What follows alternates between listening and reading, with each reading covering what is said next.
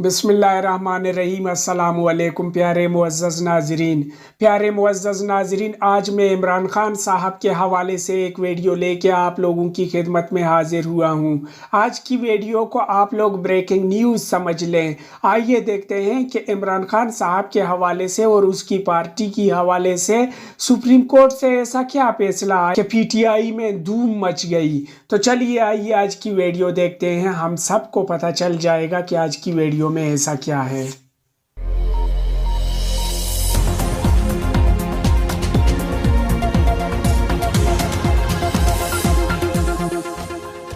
बिस्मिल्लाहिर्रहमानिर्रहीम। अस्सलाम वालेकुम। पाकिस्तान और दुनिया भर में देखने और सुनने वालों को अब्दुल कादिर का सलाम। चेयरमैन PTI इमरान खान के अदालती महाज से कुछ ताज़ा तरीन पेशरफ्त हैं। जिन केसेस में उन्हें फंसाने की कोशिश हो रही है उनमें कहीं ना कहीं किसी ना किसी स्टेज पर जाकर इमरान खान के हक में फैसला आ रहा है। आज फिर एक फैसला उनके हक में सुनाया गया और वकला ने इस वक्ती रिलीफ पर इत्मीनान का इजहार भी किया है। लेकिन ऐसे वक्त में वफाकी हुकूमत ने इमरान खान के हक में आने वाले एक फैसले को सुप्रीम कोर्ट में चैलेंज भी कर दिया। अंदर वकला की टीम पूरी जान मार रही है और बाहर सोशल मीडिया की टीम सर जोड़े बैठी है कि किस तरह से इंतखाबी मुहिम चलाई जाए। तो आपकी सहूलत के लिए एक और दिलचस्प तरीका भी निकाला है सोशल मीडिया टीम ने कि कैसे आप तक उम्मीदवार का नाम और निशान पहुंचाया जाएगा। तो कुछ ही देर में वो तफसीलात भी आपके सामने रखता हूं। पहले उम्मीदवार वोटर्स ढूंढते थे, इस बार थोड़ी दिलचस्प सूरत हाल है कि वोटर्स जो हैं वो उम्मीदवार ढूंढ रहे हैं कि हमारे हल्के में इलेक्शन लड़ने वाला PTI का उम्मीदवार है कौन।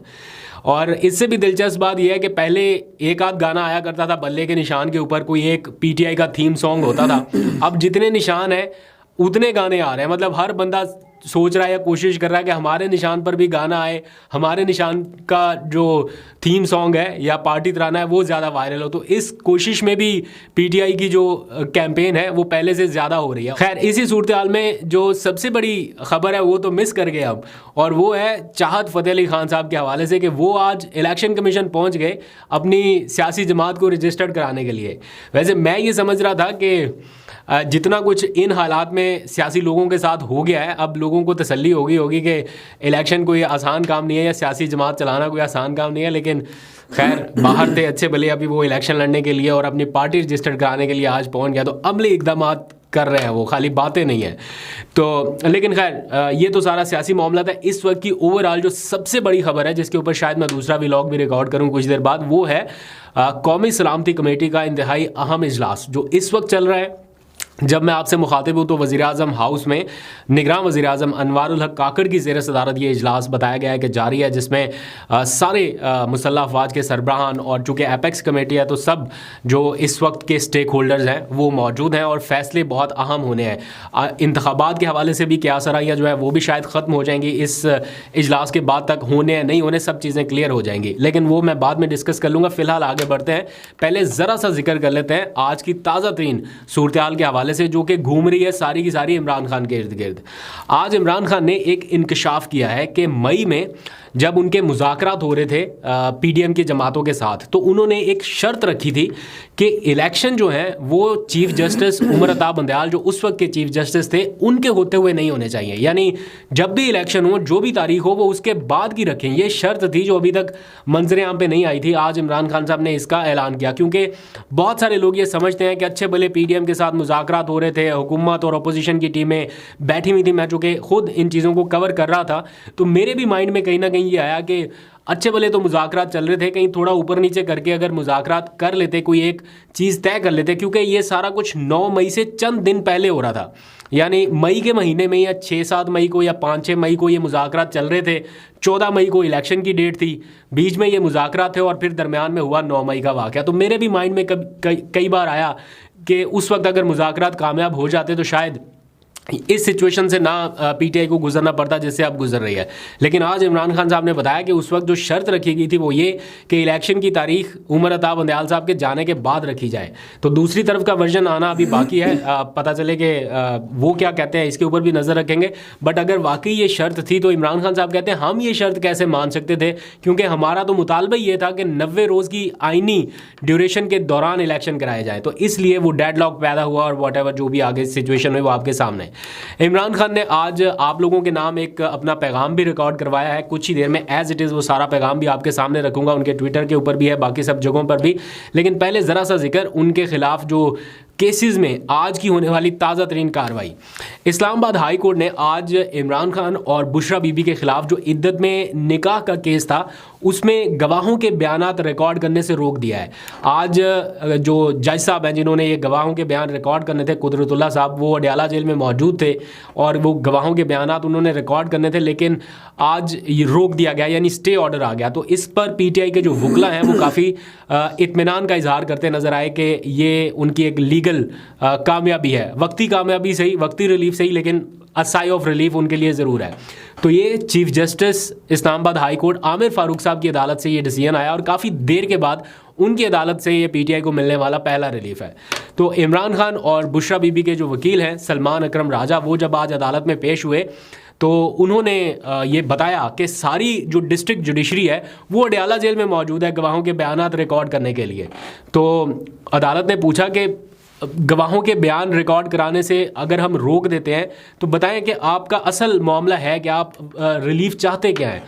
और उस पर अदालत ने कुछ ऑब्जर्वेशन भी दी कि कानून के मुताबिक निकाह अगर इद्दत में हुआ है तो वो बाद में रेगुलराइज हो जाता है, और अगर निकाह बाकायदा नहीं भी हुआ तो उसमें जुर्म क्या है।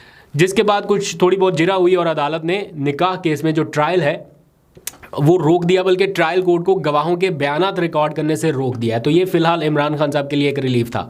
दूसरी खबर 190 मिलियन पाउंड केस के हवाले से, जो नैब का केस है, उसमें इमरान खान और बुशरा बीबी पर फर्द जुर्म की जो कार्रवाई थी वो 24 जनवरी तक मौखर कर दी गई है।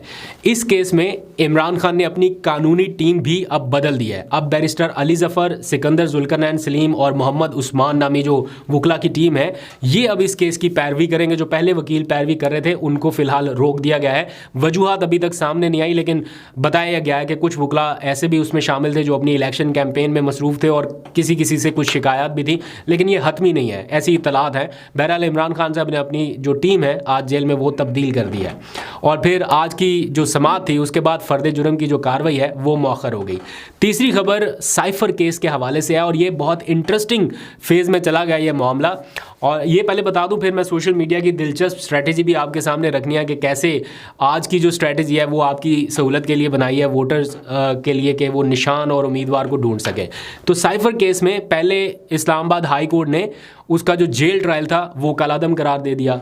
फिर सुप्रीम कोर्ट ने साइफर केस में जो ज़मानत है वो दे दी, तो इमरान खान को बैक टू बैक रिलीफ मिले। फिर जब स्टे ऑर्डर जो था वो ख़त्म हुआ तो आज़म खान का बयान, जो इमरान खान के सेक्रेटरी थे, वो अडयाला जेल में पहुंचे और उनका बयान जो है, जो सबसे अहम बयान समझा जाता है, जिसे कहा जाता है कि ये वादा माफ गवाह बने इमरान खान के ख़िलाफ़, इसी के ऊपर पूरा साइफर केस जो है वो बेस कर रहा है, तो उन्होंने अपना बयान रिकॉर्ड कराया। गुज़िश्ता रोज़ ये बयान रिकॉर्ड हुआ और इमरान खान साहब ने कहा कि इनसे कुरान पाक के ऊपर पहले हल्फ लिया जाए।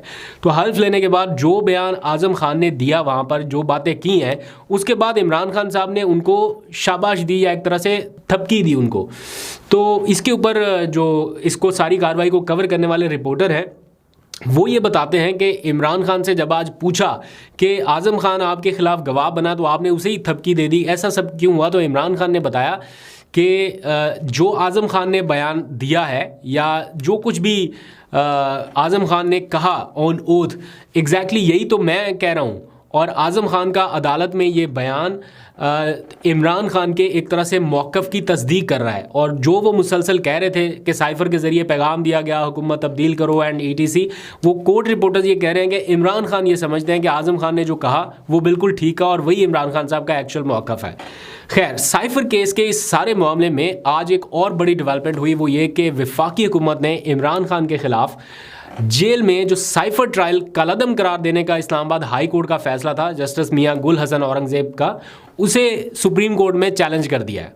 और वफाकी हुकूमत की जानिब से दायर की दरख्वास्त में ये कहा गया है कि हाई कोर्ट ने साइफर ट्रायल के लिए कायम खुसूसी अदालत को ही कलअदम करार दे दिया, जबकि ऐसा तो नहीं है, उनकी जो कार्रवाई थी मेरा ख्याल उसको कलअदम करार दिया, लेकिन वफाकी हुकूमत ये कहती है कि खसूसी अदालत की हैसियत ख़त्म करने का इख्तियार अदालत के पास नहीं था या इस्लामाबाद हाई कोर्ट के पास नहीं था, और उन्होंने हक़ाइक़ का दुरुस्त जायज़ा नहीं लिया, इसलिए उनका जो फैसला है वो कलअदम करार दिया जाए। तो अब देखते हैं इसके ऊपर चीफ जस्टिस काजी फ़ाइज़ ईसा साहब कौन सा बेंच बनाते हैं और क्या फ़ैसला करते हैं, बड़ा दिलचस्प होगा। अब आ जाइए PTI की सोशल मीडिया की ताज़ा तरीन स्ट्रैटेजी के ऊपर जो उन्होंने बनाई है आपके लिए, वोटर्स का नाम और निशान आप लोगों तक पहुंचाने के लिए, और बाकी और भी बहुत सारे काम हो रहे हैं। ये तो पहले एक दो इनिशियल स्टेजेस है या टेस्टिंग फेज़ आप समझ लीजिए, जहां पर बाकी प्लेटफॉर्म्स का सहारा लिया जा रहा है, वहीं पे व्हाट्सएप को यूज़ करने का फैसला किया गया, बिकॉज व्हाट्सएप मोर कन्वीनियंट है, सबकी पहुंच में बहुत आसानी से आ सकता है कि हर किसी के पास व्हाट्सएप का अकाउंट तो कम से कम है। तो इब्तदा की गई है कराची के वोटर से और उन्हें कहा गया है कि वो ज़रा अपनी तवज्जो इधर मरकूज़ करें। सबसे पहले उन्होंने एक लिस्ट बनाई है तमाम कराची के हलकों की और तमाम हलकों का एक व्हाट्सएप ग्रुप बना दिया, जो अलग से व्हाट्सएप ने सहूलत दी है उसी के अकॉर्डिंग। करना यह है कि सबसे पहले आपने अपना शनाख्ती कार्ड नंबर जो है वो 8300 के ऊपर भेज के आपने तफसीलात चेक कर लेनी है कि आपका जो वोट है वो कौन से हलके में है। ये तो बेसिक चीज़ है ना जो आपने सबने चेक करनी है वोट डालने से पहले, कि आपका वोट है किस हलके में, कौन सा कौमी और कौन सा सूबाई हलका लगता है। जब आपके पास उसकी तफसील आ जाए कि इस हलके में है, तो फिर जो PTI ने लिस्ट दी है उसमें से जो हलका आपको लगता है उसका व्हाट्सएप ग्रुप आप चुप करके ज्वाइन कर लीजिए, और इसके बाद उस ग्रुप में आपको सारी तफसीलात जो हैं, या व्हाट्सएप चैनल जब ज्वाइन कर लेंगे तो आपको उस हलके के हवाले से कि उस हलके में वोटर कौन है, PTI का कौन है, उसका निशान क्या है, ये सारी उस चैनल के ऊपर शेयर कर दी जाएंगी। तो ये एक टेस्टिंग फेज़ है, अभी और भी बहुत सारी इस तरह की चीज़ें सामने आएंगी कि कैसे कैसे वोटर्स तक आसानी से ये पैगाम पहुंचाया जा सके।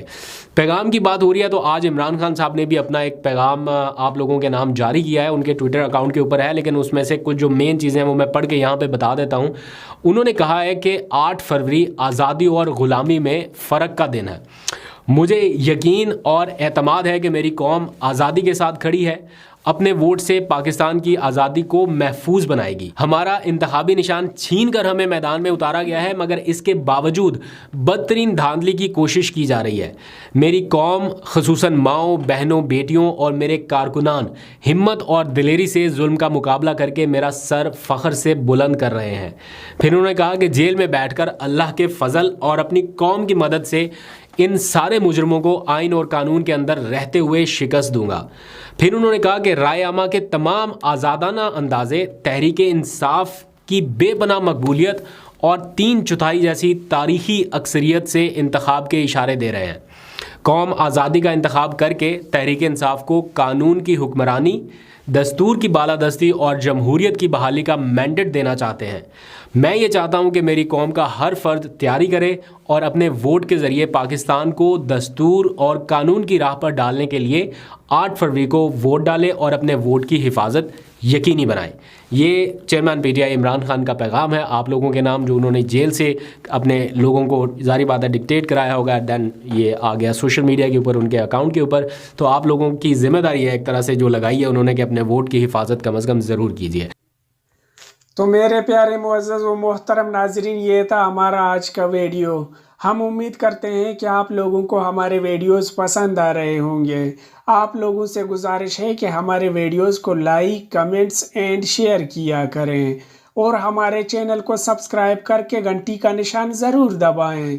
मिलते हैं एक ऐसी ही दिलचस्प वीडियो के साथ, तब तक के लिए हमें इजाज़त दीजिए। अल्लाह हाफिज़।